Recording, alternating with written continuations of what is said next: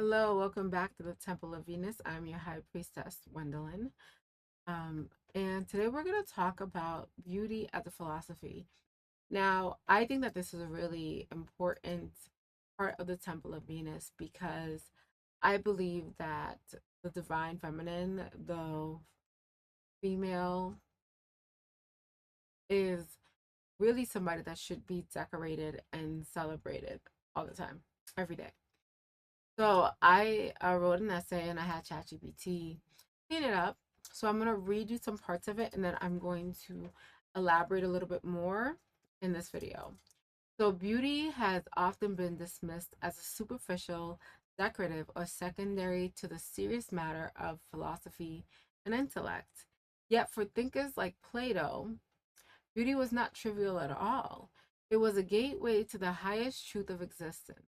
In his philosophy, beauty was a bridge between the physical world and the divine order behind it. When we encounter beauty, whether in art, nature, or human beings, we are not merely observing something pleasant. We are glimpsing a reflection of a deeper, eternal reality. I believe that when we find things beautiful, and I don't just mean things that we're told to find beautiful, like, like everybody has the same pocketbook, the logo on it. I mean, like, when you truly find something beautiful, it resonates in your spirit. That I feel like that is your soul, like having access to this part of the universe, the part of the world that is the most beautiful, the perfect world, right? Because beauty to me is a part of perfection, and not perfection in like our sense on earth, but perfection in like how the world operates. um and I feel like if you ever like look at someone or see somebody beautiful walking down the street and you stare at them, beauty can invoke so much emotions. You could see that somebody beautiful and truly feel inspired by them. Or you could hate them, but it will invoke so many different forms of emotions because people get mad that they don't have access to it when they're jealous. And then the ones who aren't jealous are the ones who are either seeking it for themselves or the ones who have access to it themselves.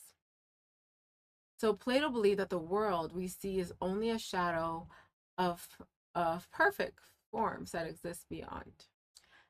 Among those forms is the form of beauty, an eternal perfect ideal that earthly beauty reflects but never fully captures. When we see something beautiful, our soul recognizes it as fragments of the divine perfection. Beauty awakens memory, longing, and reverence. In a sense, beauty is not vanity, it is philosophy made visible. So, the form of beauty, as Plato calls it, is basically what I'm talking about. It is the perfect way that life exists without being touched by human hands. Like, the reason why we all find the seasons changing so beautiful is because we don't have anything to do with it. It is literally Mother Nature, God, the universe, Earth, changing things, moving things, and we are inspired by it. You know how many artists go out there and do plein air painting? How many people buy artwork of paintings? How many of us buy artwork of birds that we see, these different color birds that just exist in their own reality? Like macaws are so beautiful to me. To me, that is the essence of beauty, and the soul is also beauty. But that's more of a Socrates perspective about how beauty is not the external, but the internal. But beauty is all of it. All of it should be adored. So let's talk about beauty as a sacred reflection. Within this philosophical framework, the admiration of beauty becomes something profound rather than superficial. A beautiful woman walking through the world, adorned by jewels, fabrics, and grace, can be admired in the same way we admire great sculptures or a masterpiece in a museum. The admiration is not rooted in possession or attraction, but in recognition. You know, those of us that like to people watch, I love looking at beautiful women, but not in a way where it's like I want to date them, but appreciating that this woman decided to wake up in the morning and dress herself. To me, it's just being polite, right? You decided to express yourself through colors, express yourself through your what you're wearing, and that to me is a form of art when you can put yourself together in a way that you love, that you recognize, because there'll be other people out there that will love and recognize your beauty also. And we should admire beautiful women. That's just the same way as we admire sculptures and masterpieces in a museum, but it's not rooted in possession. So I always think about beautiful items or beautiful things kind of like looking at a flower. A flower can be so beautiful, but when you pick that flower over time to own the beauty, it dies. And so I think sometimes it's good to just let beauty exist and admire it. And even if that is a woman, like I am a huge proponent of women dressing their best, adorning themselves with jewels, makeup, all of those things. And I feel like what it is, it's it's almost like decoration. You're decorating yourself every day to be a glimpse of your higher self expressed, right? Like I love makeup. I love perfume. I love all of those things, but I love those things because to me they are beautiful. To me they make me feel beautiful. That doesn't mean I need to go get plastic surgery and change my nose here and there. No, that means I have things in my vicinity that I can apply, and it makes me feel confident and beautiful. And when you are vibrating on that higher frequency, I think life is a lot easier for you. Things get great in your life. Just as we stand before a statue of Venus or an ancient marble figure and feel awe in its symmetry and elegance, we can admire a woman's beauty as a reflection of something greater than herself.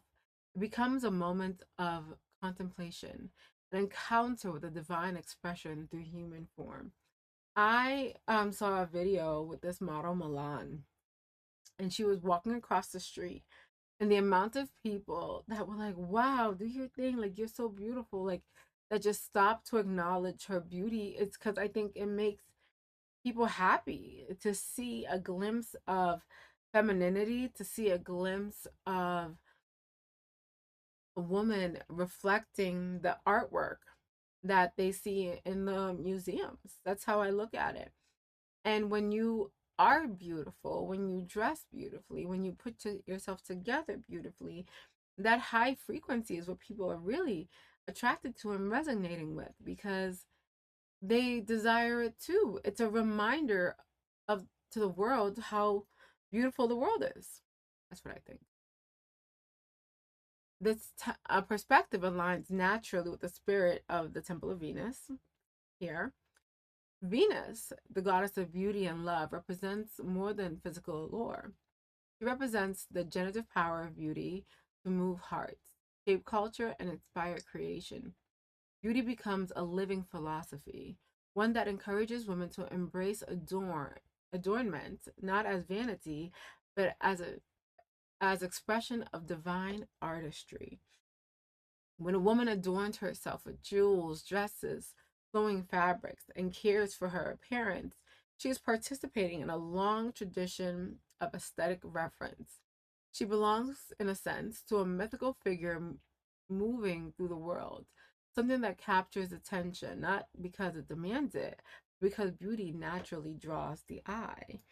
So I think that just being beautiful in and of yourself, what I'm really trying to say here is you deserve to feel beautiful. You deserve for people to at your outfits and to make you feel like you are this goddess because you are a goddess. But we're all the female is a goddess.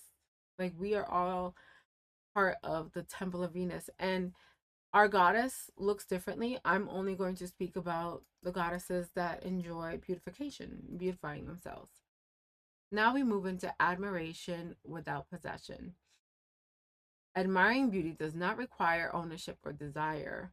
One can admire beauty, a beautiful woman, in the same way one admires a statue, a painting, or a breathtaking landscape. The admiration is philosophical rather than possessive. It is the recognition of form, harmony, and presence. That is why it's possible to appreciate the beauty of a woman without attraction being the central point. A beautiful woman can be appreciated as living art, an embodiment of aesthetic harmony. Her presence reminds us that human beings are capable of reflecting something extraordinary. In that moment, beauty becomes contemplative. It invites the observer to pause, reflect, and recognize something beyond the ordinary. In my personal opinion, I think beauty is the highest expression of womanhood. Within the Temple of Venus philosophy, here, beauty is not merely appearance, it is about existence in one aesthetic's essence. A woman who moves through the world with care for her presentation, grace in her posture, and joy and adornment embodies a powerful form of womanhood. This is not about perfection or conformity to narrow standards. It's about the celebration of beauty as an inspiring force. When a woman allows herself to exist fully in beauty, wearing the dress, the jewels, the fabrics, and moves when she walks, she becomes a kind of muse to the world around her.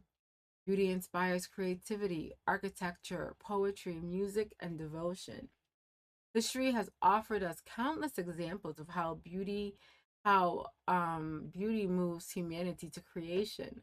One of the most famous monuments in the world is the Taj Mahal, that was built as a monument of love for a woman. Across cultures, centuries, art and architecture and literature have been inspired by admiration of feminine beauty.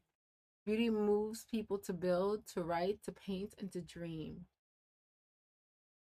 Women have long been muses of civilization, not because they exist to serve as decoration, but because beauty has the power to awaken creativity in others. The presence of beauty encourages the world to become more beautiful in response. A woman who embraces her beauty contributes to that tradition. Her presence becomes a reminder that the elegance, artistry, and grace belong in her everyday. She invites the world to slow down and appreciate form, color, movement, and expression. Beauty can inspire peace through admiration and harmony. Yet it can also inspire passion, ambition, and even conflict. Entire histories have unfolded around the admiration of beauty and love, and in that sense, beauty carries enormous cultural power. As for the Temple of Venus, the philosophy in the Temple of Venus, um, the philosophy behind the Temple of Venus is therefore not about superficial glamour. It is about recognizing beauty as a philosophical. If I can speak well, I'm sorry, I'm sick. As a philosophical force, beauty reminds us that the world is capable of elegance, meaning, and it elevates the everyday into something poetic. When women choose to adorn themselves, to care for their aesthetic presence, they are participating in a timeless tradition of beauty as expression, inspiration, and reflection of the divine. To encourage women to wear dresses, the jewels, the fabrics that make them feel radiant is not trivial advice. It's an invitation to participate in the creation of beauty in the world. And in the Platonic sense, every beautiful thing we encounter, every graceful moment, every carefully adorned figure, every work of art points us towards something greater than itself. Beauty is not merely seen, it is remembered by the soul. I just love how like ChatGPT put all that together because I really wanted to convey that beauty is such a powerful force, and it is one of the main forces I believe, or we believe over here at the Temple of Venus, that inspires your divine feminine era. When you are able to identify the things that make you feel beautiful, that raises your vibrational frequency and makes you feel good about yourself, regardless of what it is, you have entered into a space of your own Temple of Venus, your own divine feminine, your own sense of beauty. And I think that you should hold on to that. so much because beauty is powerful. Beauty is power. So thank you so much for watching this video. I hope you guys like this video. I'm so sorry because I was a little sick today and I'm a little nasally. But I do want to expand on this concept of beauty as a philosophy, especially within the Temple of Venus, because I really hope that, you know, even though I'm not somebody that teaches about makeup and all those type of things, I really hope that you wake up every morning and you remind yourself that you are beautiful and you do the things that will make you feel beautiful. And that's the most important part. What are the things that make you feel beautiful? Let me know in the comments below and I will definitely get back to you guys. Thank you so much for joining us over here at the Temple of Venus. And as always, it is done. Bye.